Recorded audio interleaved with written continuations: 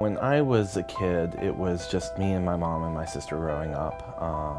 And my mother was very young herself, and she was in college getting her engineering degree, and she had a lot of stress on her plate. And there was a period in time where we were no longer eligible for Medicaid, but she couldn't afford health insurance for herself or us. Healthy Learners, the faith-based nonprofit, started in Richland School District 1 in 1992 with a seemingly simple mission: to provide access to health care for children who are without resources, and to do that in a very loving and compassionate way.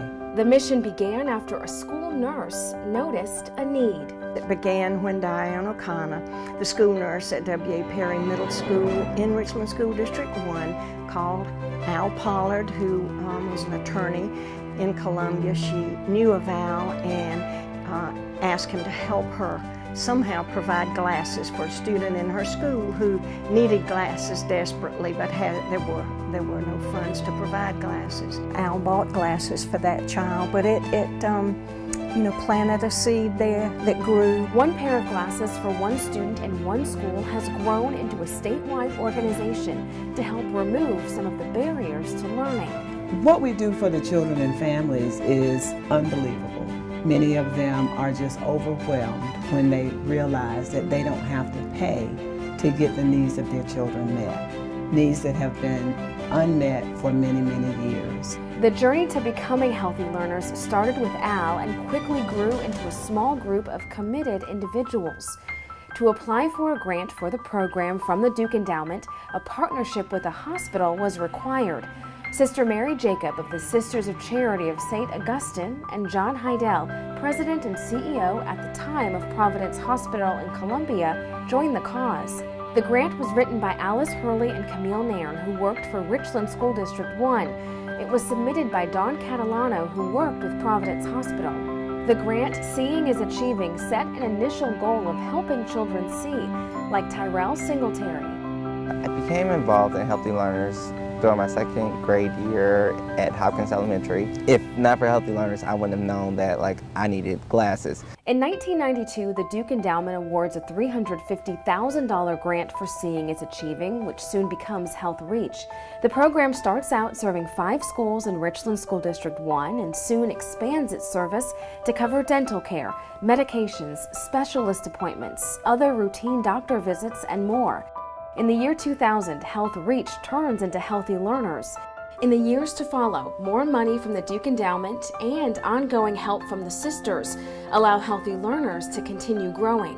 In 2017, Healthy Learners serves nearly 150 schools in 11 school districts. Our goal is to reach every county because there are pockets of poverty in every county in South Carolina. It'll be a beautiful day if Healthy Learners was no longer needed.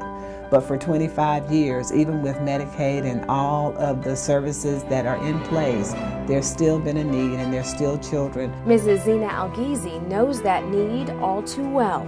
I am a student in the University of South Carolina School of Medicine, so the insurance, it's the health insurance that I have, it's for students and their independence, and it covers most of the time for the students, not for the families.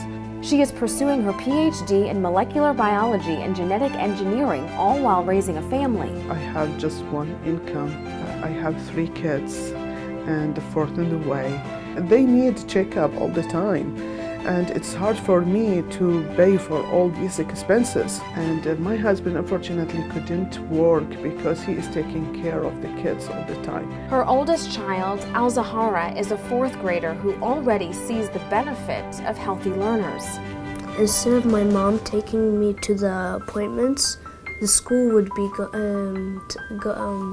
sending me there instead, which would be very helpful for my mother. Since she's a student, she doesn't have much time. Dr. Rugis Stockton and his family dental practice team have been a provider for Healthy Learners for more than 15 years. My dad came from humble beginnings, and he was the kids that we were treating. So when he got into a position of power and influence, if you want to call it that, he was able to give back, and he taught me that that's what I was supposed to do. Dr. Stockton says he has treated hundreds of Healthy Learners kids over the years. They have rampant decay, milk bottle caries, where you have, teeth in the back of the mouth of toddlers, to age 2 to 5, big holes in them. We get them fixed up. You'll have kids who are adolescents with big holes in their teeth. We get them fixed up. Bad smiles, bad breath, things that kind of affect their confidence as they're moving into adulthood. We get them on the right track.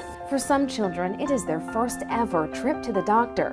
Demetrius Edmonds remembers his first time at the dentist. I got a chance to experience what it was like to actually go and get a cleaning. I also remember after getting that the take-home stuff, I remember my older sister, telling me to get out of the bathroom because I was in there just about every hour on the hour, brushing my teeth and just making sure that my teeth were clean. 25 years after reaching that first child, Healthy Learners maintains its mission with the help of board members, donors, volunteers, and the continued guiding vision of the sisters. I think of 25 years, and we wondered if even the first 5 years, would make it. So it is a dream come true for me. It is answered prayer.